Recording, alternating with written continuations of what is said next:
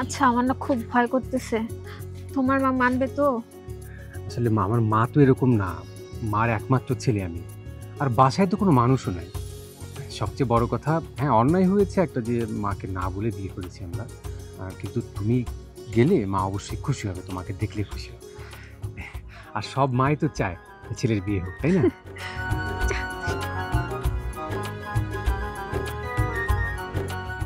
শোনো না, আবার কি? তারপর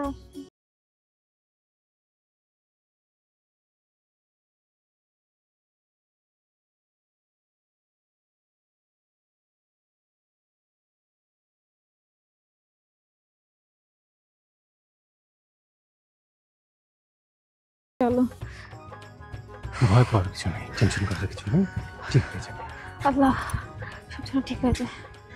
মা, মা, মা দেখো কাকে নিয়ে আসছি। মা আমি, দেখো কে আসছে। কে আসছে মানে? বাইরে ডাক নাকি? কি ব্যাপার? ও এই বাড়িতে কেন?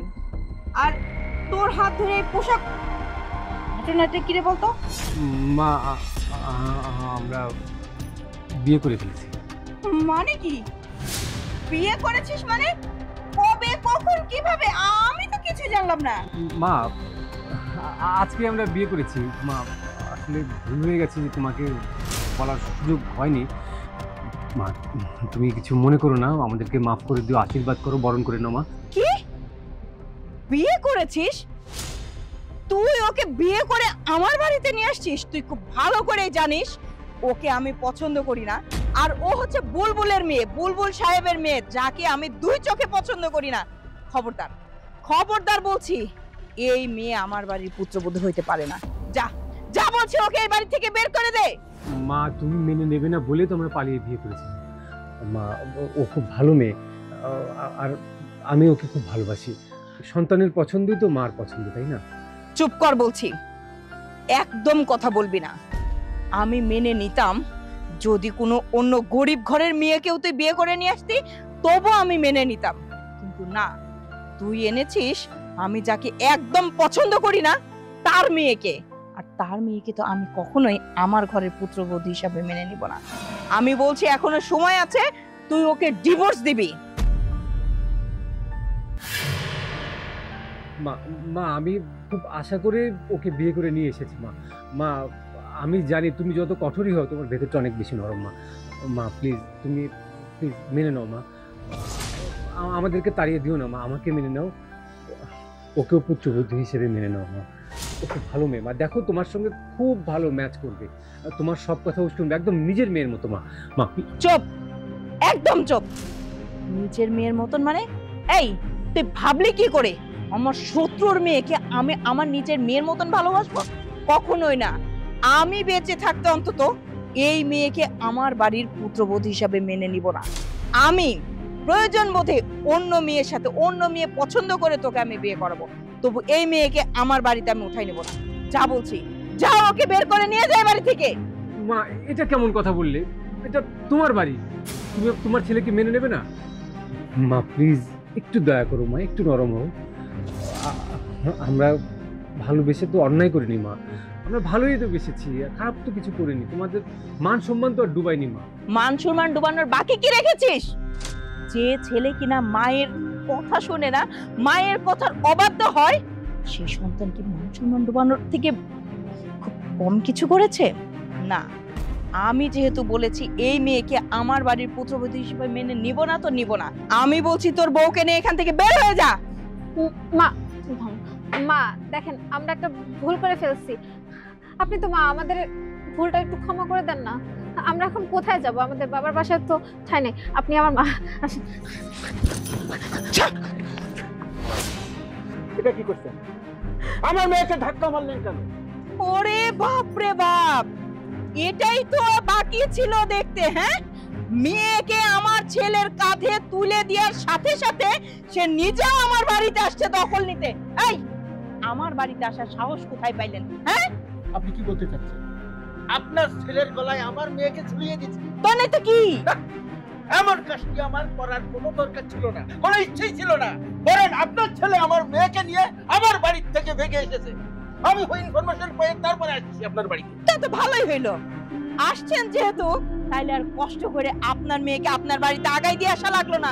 আসছেন নিজের মেয়েকে নিয়ে বাড়ি থেকে বের হয়ে যান। আপনি কি বলছেন? মানে আপনার বাড়ির থেকে আমি বেরিয়ে যাব? ঠিক আছে, ঠিক আছে যাচ্ছি, কিন্তু একা যাব না, আপনার ছেলেকে সহ নিয়ে যাব। কেন?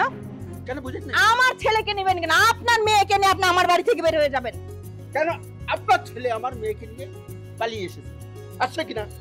এখন ওই ছেলের সঙ্গে বিয়ে দিয়ে ওই ছেলেকে আমার ঘর জামাই করে রাখবে। আরে বিয়ে করেই তো এই বাড়িতে আসছে, আবার নতুন করে কি বিয়ে দিবেন আপনি? হ্যাঁ, বিয়ে করে ফেলেছে, তাহলে তো আরো ভালো হলো।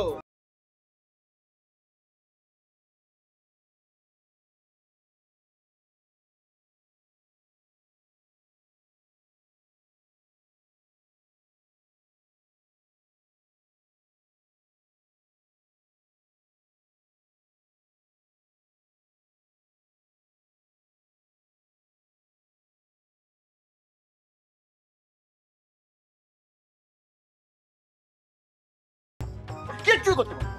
তাই না? হ্যাঁ। তাই হ্যাঁ। আমিও দেখে নিব, আমিও দেখে নিব আমার সামনে থেকে আমার ছেলেরে নিয়ে কে ঘর জামাই রাখে, আমিও দেখে নিব।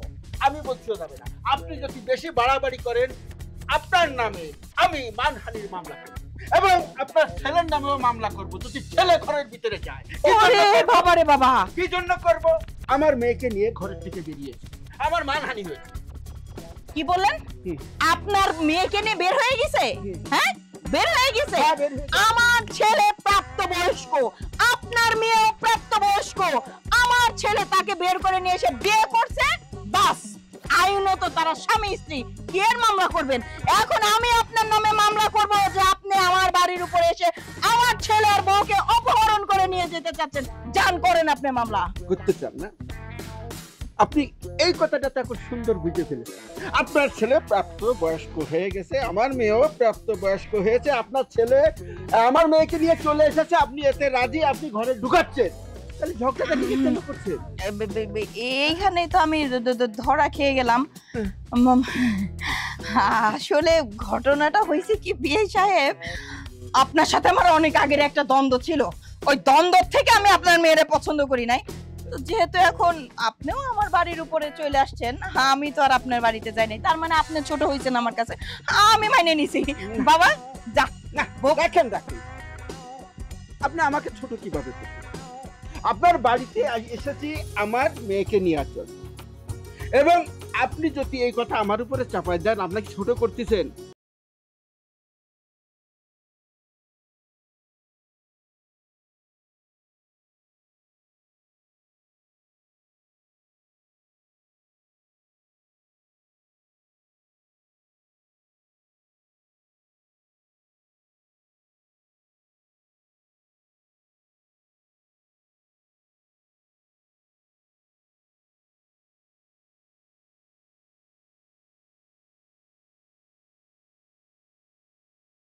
ফিনিশ। ওদের কিছু বাবা মা আপনার ঝগড়া করতে থাকেন, আমরা একটু ভিতরে যাই, শরবত দিয়েছি, চল।